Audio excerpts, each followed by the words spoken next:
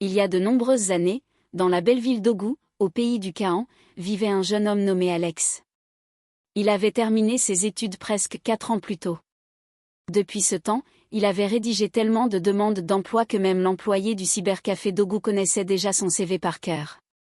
Chaque matin, il se levait tôt, enfilait son pantalon noir et sortait avec une grande enveloppe brune, comme s'il partait signer des contrats. Mais il revenait toujours à la maison avec des déceptions. Sa mère se faisait un sang d'encre pour lui et lui demandait souvent « Alex, mon fils, est-ce un talisman qui te poursuit, ou bien est-ce autre chose ?» Pendant ce temps, ses amis avaient tous avancé. Certains étaient devenus enseignants, d'autres avaient monté de petites affaires, et d'autres encore s'étaient lancés dans des sectes. Mais Alex refusait d'abandonner. Il se répétait sans cesse qu'un jour, une compagnie pétrolière, une banque ou une grande entreprise de Badou lirait sa candidature et l'appellerait. Et ce jour-là, il prouverait à tout le monde qu'il n'était pas un raté. À la maison, pourtant, la situation n'était pas facile. En tant qu'aîné, la tradition au Canaan attendait de lui qu'il soit le pilier de la famille. Mais au lieu d'être ce pilier, Alex était devenu la risée. Son jeune frère Étienne, qui n'était même pas allé à l'université, avait déjà ouvert une petite boutique de coiffure et gagné un peu d'argent. Sa sœur, dans son dos, le surnommait « diplômé sans emploi ». Même sa petite amie Alice, d'abord très patiente et soutenante, commençait à perdre confiance. Elle lui disait souvent « Alex, si tu ne m'apportes rien de concret cette année, je ne sais pas si je pourrai continuer à t'attendre. L'amour, c'est beau, mais un gari sans sucre est amer. » Alors, quand enfin arriva la lettre tant attendue d'entretien, dans une enveloppe blanche marquée du logo en lettres capitales de Delta Petroleum Servicing Limited, il faillit s'évanouir d'émotion. Il l'a lu une fois, puis deux, puis trois, juste pour être sûr que ce n'était pas une de ces arnaques qui réclament des frais de formation. Mais non, celle-ci était authentique, avec un tampon bleu officiel. L'entretien devait se tenir à Badou, 2 semaines plus tard. Aussitôt, toute la famille se transforma en comité de préparation. Le soir même, ils se réunirent pour en discuter. Son oncle, connu pour donner beaucoup de conseils sans jamais les accompagner d'argent, présidait la rencontre. Assis sur une chaise en plastique, penché en arrière comme s'il était le patron de la compagnie pétrolière, il déclara « Alex, cet entretien, c'est ton destin. Tu dois bien te préparer, repasser tes vêtements, cirer tes chaussures, ranger tes diplômes correctement, surtout, venir préparer. » Toute la famille approuva d'un signe de tête, et sa mère ajouta « Oui, et surtout, prie beaucoup. Et si on te demande de chanter, chante. Si on te demande de laver des assiettes, lave-les, mais ne laisse pas passer cette chance. » Alex hochait la tête en les écoutant, mais il ne retenait qu'une phrase, toujours venir préparer. La manière dont son oncle avait insisté donnait plus de poids à ses mots que tout le reste. Cette nuit-là, il ne put fermer l'œil. Allongé sur son vieux matelas en mousse, il repassait dans sa tête toutes ses expériences passées. Une fois, on l'avait recalé parce que ses chaussures étaient poussiéreuses. Une autre fois, parce que son CV n'était pas agrafé. Une autre encore, parce qu'il était arrivé en retard à cause d'un bus en panne. Alors, il se dit, cette fois, je ne raterai pas. Je viendrai avec tout. Même si l'entretien dure 2 jours, je serai prêt. Toujours venir préparer. Toujours venir préparer. Il se répéta cette phrase comme un mantra jusqu'à s'endormir. Mais dans son sommeil, il fit un rêve troublant. Il entra dans la salle d'entretien avec ses habits ordinaires, et tous les autres candidats se moquaient de lui en l'appelant « villageois ». L'intervieweur lui demanda « Étiez-vous préparé ?» Et quand il répondit oui, tout le monde cria « Menteur !» Avant que le sol ne s'ouvre pour l'engloutir, il se réveilla en sueur et conclut aussitôt que c'était un avertissement de Dieu. Il se redressa, regarda autour de sa petite chambre et dit « La clé, c'est la préparation. Cette fois, je vais les surprendre. » Le lendemain matin, tandis que sa mère balayait la cour, il s'assit avec sérieux et commença à rédiger une liste, matelas, oreiller, spirale anti-moustique, thermos, marmite, seau, serviette, Bible. Quand sa mère aperçut la liste, elle faillit défaillir. « Alex, pourquoi tu notes des affaires de ménage ? Tu pars pour un entretien ou pour le service militaire ?» Mais il répondit avec confiance, « Maman, tu ne peux pas comprendre. Ils ont dit de venir préparer. Cette fois, je ne rentrerai pas couvert de honte. S'ils disent de dormir là-bas, je dormirai. S'ils disent de cuisiner, je cuisinerai. S'ils disent de me laver, je me laverai. Ce travail est déjà à moi. Sa mère lâcha un soupir et se prit la tête dans les mains. Dieu d'Abraham, d'Isaac et de Jacob, ne laisse pas mon fils me couvrir de honte. Mais Alex avait déjà pris sa décision. Cette fois, il ne partait pas seulement pour un entretien. Il partait en guerre.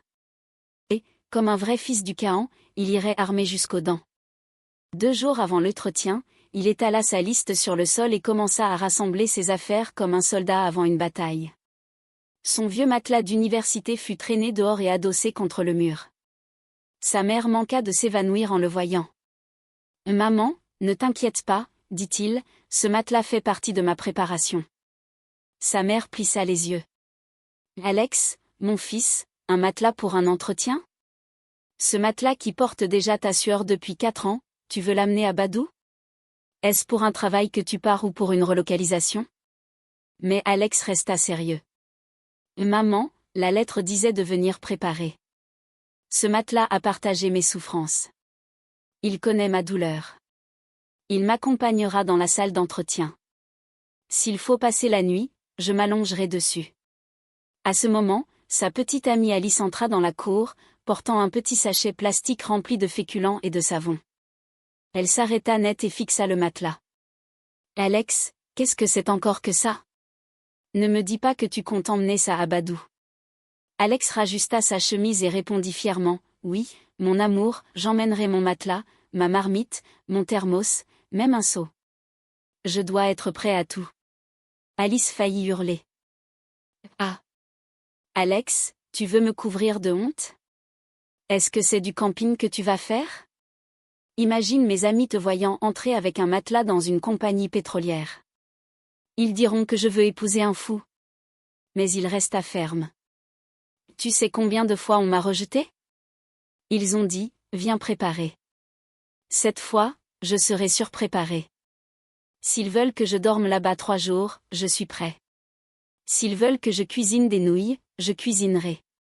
S'ils veulent que je me lave dans leur cour, je me laverai. » Alice laissa tomber son sachet au sol, posa les mains sur sa taille et dit, « Alex, écoute, je t'aime, mais ton entêtement finira par me tuer. Si tu me couvres de honte, ne m'appelle plus ta fiancée. » Alex l'ignora. Il avait déjà emprunté une brouette à un des garçons du quartier. Très sérieux, il commença à plier sa moustiquaire. Sa mère n'en pouvait plus. Elle tapa dans ses mains de désespoir. « Alex, je t'en supplie, écoute-moi. Si tu m'humilies à Badou, je déménage de cette cour. On m'appelle déjà maman du diplômé sans emploi. Ne va pas ajouter maman du garçon au matelas. » Mais Alex sourit seulement et plaça le matelas dans la brouette. « Maman, calme-toi. C'est de la sagesse. Ils riront, mais ils applaudiront quand je reviendrai avec ma lettre d'embauche. Vous verrez que j'avais raison. » Alice secoua la tête, incrédule. Au fond, elle savait que l'obstination de son homme était légendaire. Elle pria seulement en silence, « Seigneur, si la folie peut donner un emploi, alors rends le fou avec succès. » La veille de l'entretien, Alex avait déjà tout empaqueté, matelas, thermos, marmite, spirale anti-moustique, serviette, une vieille Bible emballée dans un sac en nylon. Il attacha le tout avec une corde dans la brouette et s'exerça à la pousser dans la cour. Les voisins riaient aux larmes. Certains secouaient la tête, d'autres prenaient des photos.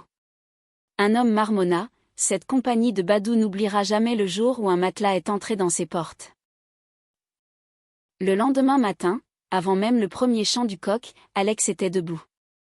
Il se lava rapidement, enfila sa chemise blanche bien repassée et son unique pantalon noir, puis boucla la ceinture qu'Alice lui avait offerte 3 Noëls plus tôt. Mais contrairement aux autres candidats, qui n'emportaient qu'une mince chemise cartonnée et peut-être un stylo, lui sortit fièrement de la cour en poussant sa brouette avec le matelas solidement attaché dessus. Le thermos et la moustiquaire étaient bien calés, et la marmite pendait sur le côté. Sa mère resta plantée à la porte, secouant la tête. « Dieu d'Abraham, d'Isaac et de Jacob, prends le contrôle.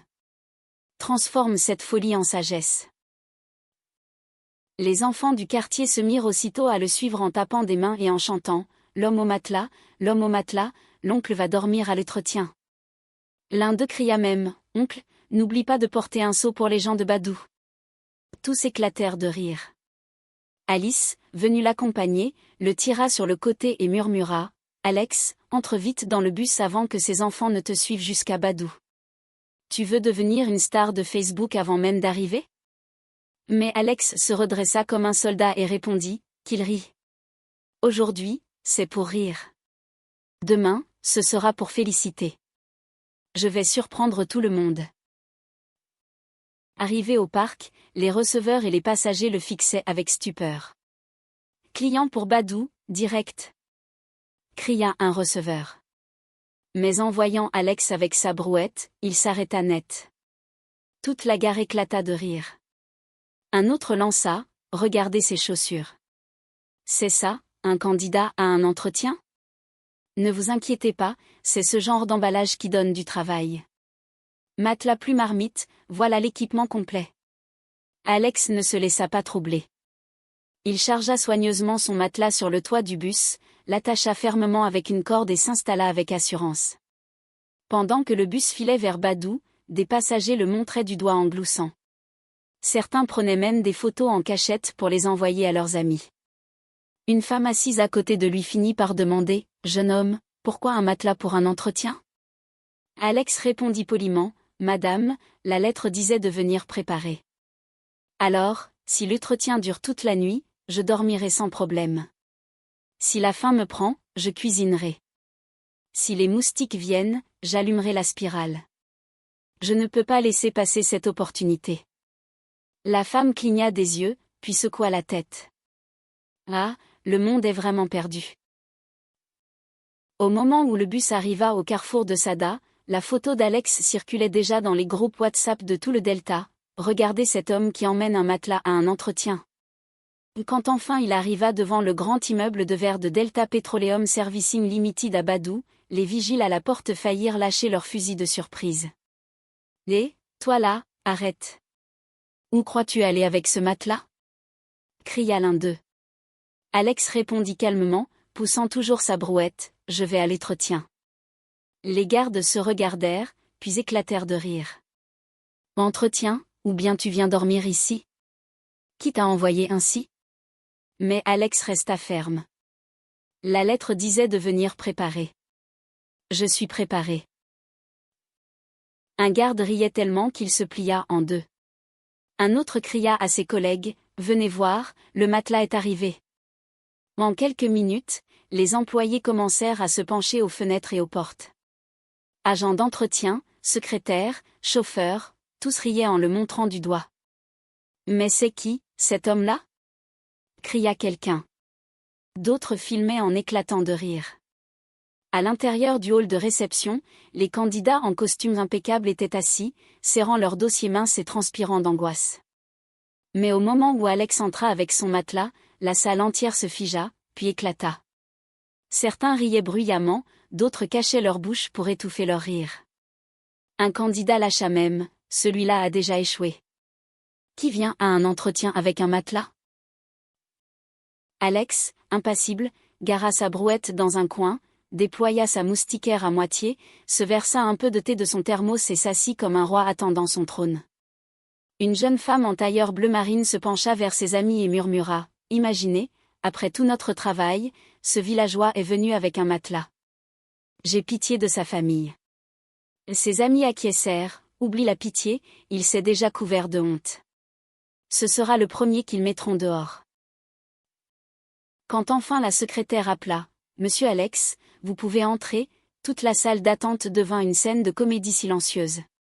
Les autres candidats se redressèrent, curieux de voir s'il allait laisser son matelas derrière lui. Mais non. Alex se leva fièrement, saisit les poignées de sa brouette et entra avec son matelas comme un guerrier traînant son bouclier au combat. « Jésus !» faillit crier un candidat. « Il l'emmène vraiment à l'intérieur », souffla un autre. « Celui-là a déjà gâché son destin. » Matelas devant un jury, Dieu nous en garde. Les 5 membres du jury, 4 hommes en costume et une élégante femme, étaient déjà installés avec des visages graves. Ils s'attendaient à voir Alex entrer calmement comme les autres. Mais lorsqu'ils virent d'abord le matelas avant l'homme, leurs expressions se fissurèrent. Un jeune panéliste manqua de s'étouffer avec son verre d'eau. La femme élégante se couvrit la bouche de la main pour ne pas éclater de rire. « Bonjour, messieurs, dames », lança Alex avec assurance en rangeant soigneusement sa brouette dans un coin et en s'époussetant les mains. « Je suis Alex, et je suis venu préparer. » La salle resta muette 3 secondes. Puis les rires éclatèrent. Un des plus âgés, un grand homme marqué de cicatrices tribales, secouait lentement la tête. « Jeune homme, savez-vous que ceci est un entretien professionnel, pas un campement ? » « Oui, monsieur, » répondit Alex fermement, mais la lettre disait « Venez préparer. » Alors, je me suis préparé à tout. La femme élégante pencha la tête. « À tout ?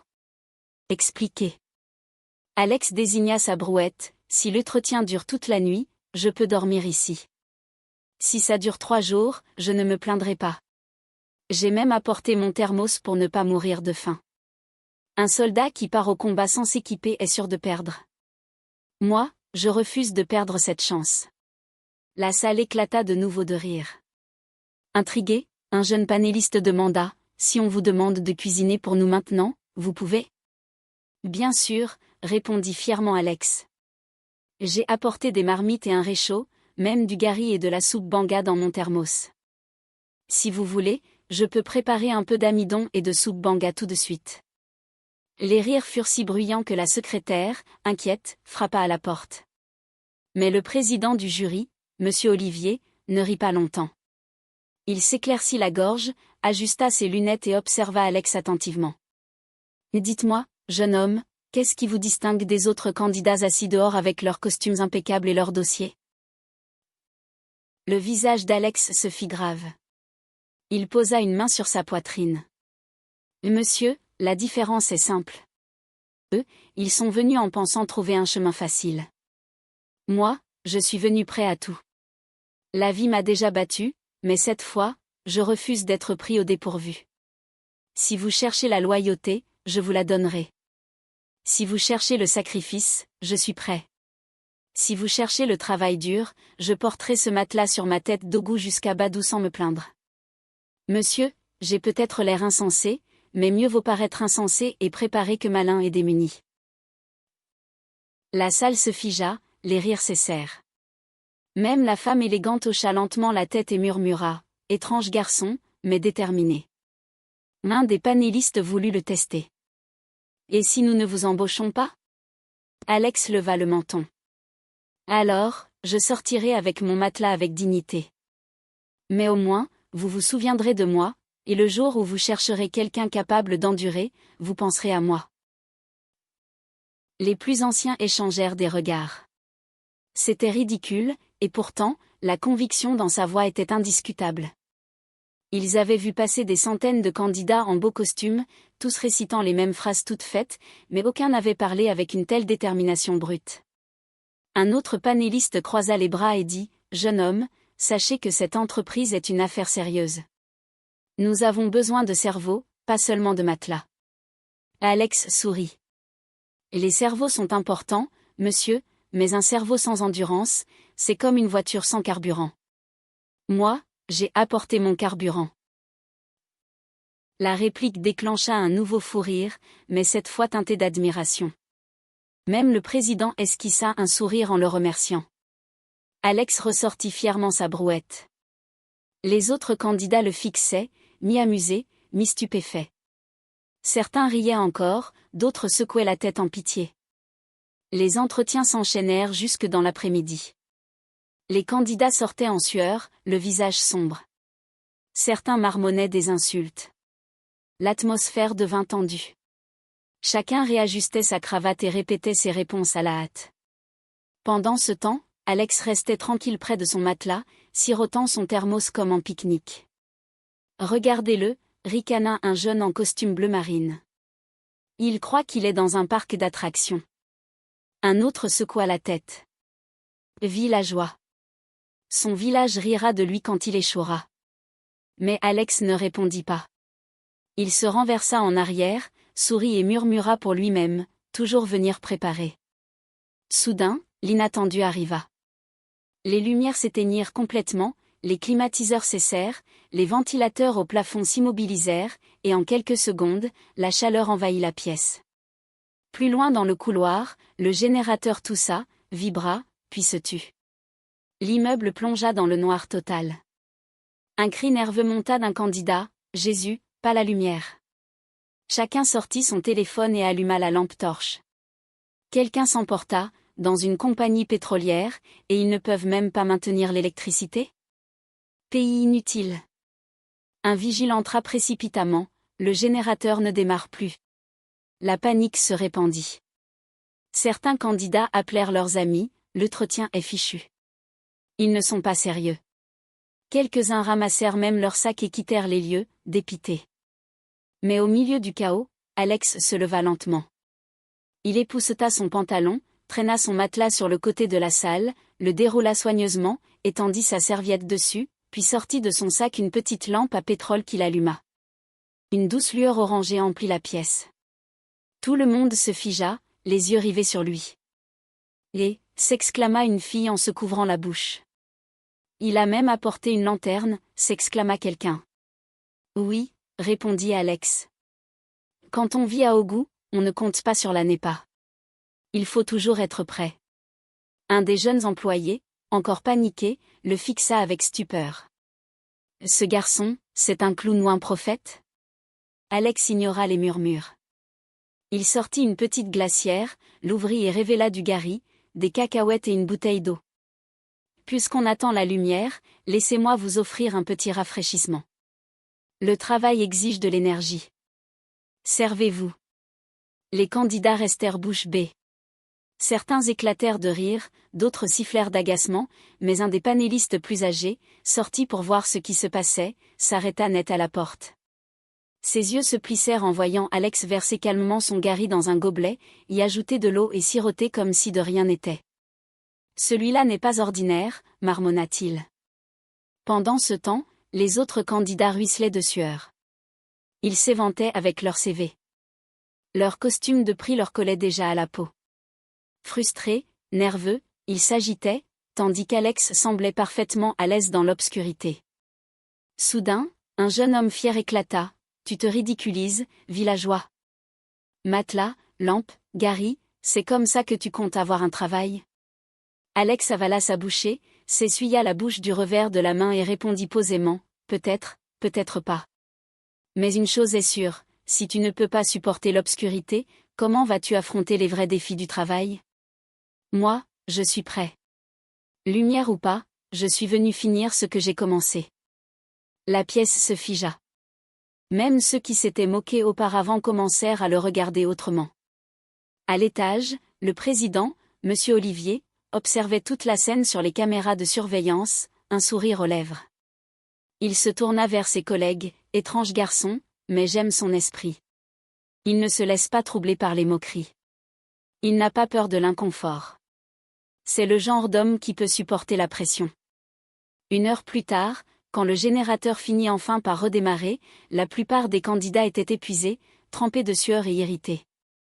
Mais Alex, lui, restait frais, calme, presque rayonnant à la lueur de sa lampe, comme si la panne avait été organisée pour lui. Le soir venu, à la fin des entretiens, son nom brûlait déjà comme du piment YYA dans Toubadou. Quelqu'un avait mis en ligne une courte vidéo de lui entrant avec son matelas dans les locaux de la compagnie pétrolière. La vidéo s'était répandue comme une traînée de poudre sur Facebook, Instagram et WhatsApp. La légende disait: « Regardez comment un homme du Delta est venu à un entretien avec son matelas. Ce pays ne cessera jamais de m'étonner. » Les commentaires défilaient à l'infini. Certains riaient jusqu'aux larmes, d'autres le traitaient de paysan. Mais, étonnamment, beaucoup prenaient sa défense. Un internaute écrivit: « Laissez-le. C'est ce genre de folie qui donne du travail de nos jours. » Un autre ajouta: « Au moins, lui, il ne fait pas d'arnaque. Son matelas vaut mieux qu'un ordinateur de fraudeur. » À Ogu, sa petite amie Alice était assise dans la boutique de sa cousine quand son téléphone se mit à vibrer sans arrêt. Elle ignora d'abord, mais sa cousine s'écria: Ta célébrité de petite amie, viens voir. Elle manqua de laisser tomber son chausson de viande. Elle arracha le téléphone, vit l'écran et resta figée. C'était bien son Alex, traînant son matelas au milieu d'un personnel hilar. Elle cacha son visage, ne me couvre pas de honte. Sa cousine éclata d'un rire tel qu'elle faillit tomber du banc. Attends, ma sœur, ça peut même le propulser. Au moins, les gens le connaissent maintenant. Alice souffla d'exaspération, mais ne pouvait s'empêcher de regarder la vidéo. Et plus elle voyait son amoureux répondre avec assurance aux questions, plus une étrange fierté grandissait en elle. Au moins, il a du cran. Qu'il rit maintenant. Si cette folie marche, je profiterai de sa gloire. Pendant ce temps, dans la compagnie, l'équipe RH se disputait à son sujet. Certains affirmaient « Il n'est pas sérieux, il a ridiculisé le processus ». D'autres répliquaient « Non, il est différent. C'est ce genre de profil qu'il nous faut ». Le président, M. Olivier, leva enfin la main et imposa le silence. « Mesdames et messieurs, souvenez-vous, nous n'embauchons pas que des costumes, nous embauchons des esprits. Regardez autour de vous, combien de diplômés s'évanouissent sous la pression, combien démissionnent au premier signe de difficulté. Celui-ci, aussi fou qu'il paraisse, a traîné un matelas jusque dans nos bureaux. Il a supporté l'obscurité sans broncher et il a quand même répondu avec assurance. Il a la résilience. Peut-être qu'il est fou, mais parfois, c'est la folie qui déplace les montagnes. » Les panélistes échangèrent des regards hésitants. Certains se couvraient encore la tête, mais aucun ne pouvait nier que le garçon avait bouleversé tout le processus. Enfin, M. Olivier s'adossa à son siège et trancha « Inscrivez-le sur la liste. Il nous faut un Alex dans cette entreprise. Même s'il échoue, au moins, il nous divertira. » Quand Alex poussa son matelas vers la sortie, les employés riaient et le pointaient du doigt. Certains lançaient en se moquant « Eh, mon frère, laisse ton matelas ici qu'on dorme un peu. » Un chauffeur cria « Transporte-le jusqu'à l'hôtel, tu en auras besoin là-bas. » Mais Alex ne broncha pas. Il sourit et répondit d'une voix forte « Aujourd'hui, vous riez, demain, vous applaudirez. » À peine arrivé au carrefour de Sada pour prendre le bus vers Ogu, sa vidéo circulait déjà dans des groupes WhatsApp à Lita, Bafilo et même Porto Novo. Les conducteurs de bus le reconnurent aussitôt. « Voici l'homme au matelas », annonça un receveur, et tout le bus éclata de rire jusqu'à en avoir mal aux côtes. De retour à Ogu, sa mère était déjà devenue une célébrité. Les voisins envahissaient sa véranda pour lui montrer la vidéo. « Maman Alex, ton fils a cassé Internet », cria une voisine. La vieille femme secoua la tête. « Dieu d'Abraham, c'est donc ainsi que tu as exaucé ma prière ? Un matelas, Seigneur, c'est un matelas que tu as utilisé pour élever mon fils ?» Elle ne le disait pas tout haut, mais au fond de son cœur, une immense fierté gonflait déjà. Cette nuit-là, à la maison, elle prit Alex à part. « Alex, pourquoi ? Pourquoi n'as-tu pas simplement emporté ton certificat comme un être humain normal ? Maintenant, tout le monde te connaît comme l'homme au matelas. » Mais Alex expliqua, « Ils ont ri du matelas, mais ils m'ont écouté quand j'ai parlé. Aujourd'hui, c'est la moquerie. Demain, ça peut être un miracle. » Et, en effet, le miracle était déjà en train de se produire. Le lendemain matin, Delta Petroleum Servicing Limited publia la première liste restreinte. Sur 30 candidats, seuls 10 furent retenus. Et là, sur la 5e ligne, on lisait fièrement le nom d'Alex. Badou entra en effervescence. Les mêmes personnes qui s'étaient moquées de lui commencèrent à l'acclamer, « Cet homme a de la jugeote. Avec son audace, il a ouvert la porte. » Même les blogueurs reprirent l'histoire avec des titres comme « L'homme au matelas choque tout le monde et figure sur la liste restreinte à Ogu. » Les voisins se précipitèrent chez sa mère, applaudissant et criant « Maman! Maman, l'homme au matelas, on vous voit. » Sa mère, qui avait presque renié son fils le jour où il avait traîné le matelas dehors, se mit à danser dans le couloir, criant à plein poumon « Mes ennemis ne verront plus jamais ma honte. » Au matelas, devient miracle. 2 semaines plus tard, la lettre officielle d'embauche arriva. Un employé courtois en gilet rouge la remit à la famille à Ogu, et toute la rue le suivit comme s'il portait le bâton de Moïse. Les enfants couraient en criant « L'homme au matelas a eu le poste. » Sa mère arracha presque l'enveloppe des mains de l'homme et l'ouvrit. Là, en lettres bien visibles, nomination en tant que diplômée à Delta Petroleum Servicing Limited. Elle cria si fort que son pagne faillit tomber. Puis elle courut dans la rue, pieds nus, agitant la lettre au-dessus de sa tête. Mes ennemis. Regardez, mon fils, que vous appeliez l'homme au matelas, est devenu le manager au matelas. Les voisins applaudirent et rirent, tandis que d'autres secouaient la tête, incrédules.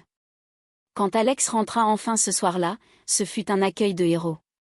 Les jeunes garçons le portèrent sur leurs épaules en scandant « L'homme au matelas ! L'homme au matelas !» Les femmes applaudissaient et dansaient autour de lui. Et même les hommes qui se moquaient auparavant lui offrirent du vin de palme en disant « Nous avons toujours su que tu étais différent. » Sa mère le prit à part et le serra fort dans ses bras. « Mon fils, j'ai failli m'évanouir le jour où tu as traîné ce matelas, mais aujourd'hui, je vois que la folie peut devenir sagesse quand Dieu est avec toi. Que tes ennemis meurent de jalousie. » Alice se tenait à proximité, souriant timidement. Elle toucha son bras et murmura « Je suis désolée de t'avoir douté. À partir d'aujourd'hui, je te soutiendrai. Même si tu veux emmener un réchaud au bureau, je serai à tes côtés. » Alex éclata de rire et l'embrassa. « Mon amour, bientôt, tu épouseras l'homme au matelas, et le monde entier dansera avec nous. » Au travail, son aventure ne s'arrêta pas.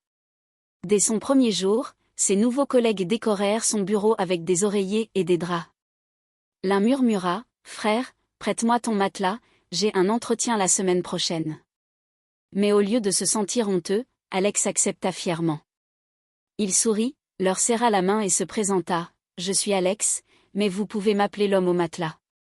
Je ne fuis pas mon histoire. Elle m'accompagne. » En quelques mois, son audace et sa résilience lui gagnèrent le respect. Alors que les autres stagiaires se plaignaient des longues heures et de la pression, Alex restait calme. Lorsqu'il y avait une panne de courant ou un retard, les gens plaisantaient. « Va chercher l'homme au matelas, lui, il survivra. » Et il le faisait toujours. Son nom devint synonyme d'endurance, d'indifférence aux moqueries et de courage de se démarquer.